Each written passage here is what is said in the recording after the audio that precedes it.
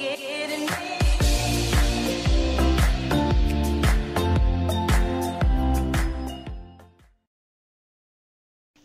guys, welcome to Becky's Crafts and Goodies. Now I'm going to show you how I make my leek and potato soup. So I'm just going to run through the ingredients that I use to start with. So first of all, you're going to need some potatoes. Now I will put the quantities in the description down below, but I don't usually measure.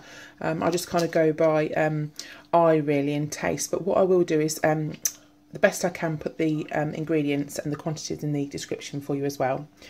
So I've got some red potatoes here. I normally use whites, but it doesn't matter if you use red or white potatoes. Obviously you'll also need some leeks. Now I put 2 in, but if you are halving the quantity, then just put 1 leek in as well. I always use some garlic. You can put that in to taste however much you want. I use these chicken cubes. You can use the vegetable ones if you don't want to use the chicken, but I find that this brand work quite well. Now because I'm dairy free, I'll be using this Outpro single soy, which is like a substitute for cream. But if you didn't want to use that, then you can use normal cream, or you could leave it out. You don't have to put it in, but it does add a richness. So either the Soya cream or the normal kind of double cream or single cream would work quite well. Because I'm using these chicken cubes, or these sort of stock type cubes, I'm going to use some cornflour to thicken the soup up. Depending how many potatoes you put in depends how much cornflour and how thick you want the soup.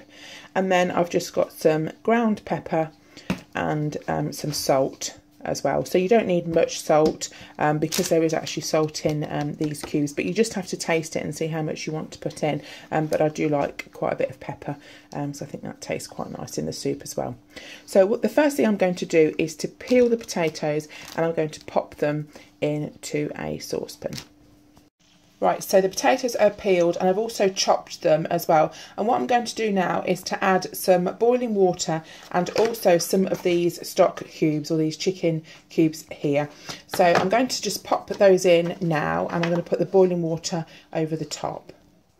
Right, so we've added some boiling water, and I'm just going to pop some more of these stock cubes in.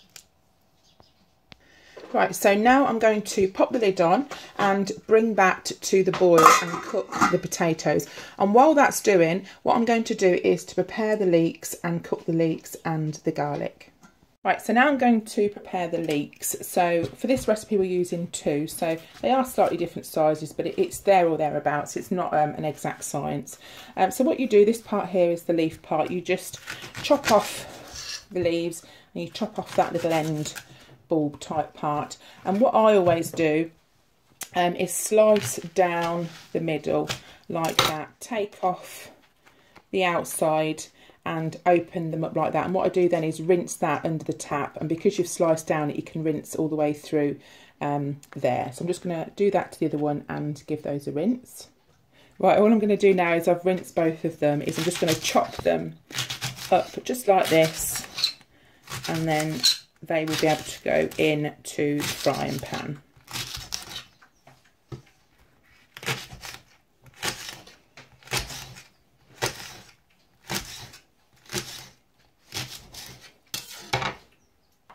Now I've popped a little bit of oil in a frying pan, and I'm just going to pop the leeks in, and also pop in, I'm going to use 2 cloves of garlic, but you can use however much or little as you want. So I'm also going to put 2 cloves of garlic in that and then fry it. Okay, I'm just going to add the garlic. I'm just going to cook that through. Keep with the pan because you don't want the leeks to burn, because they will burn if you leave them unattended for too long.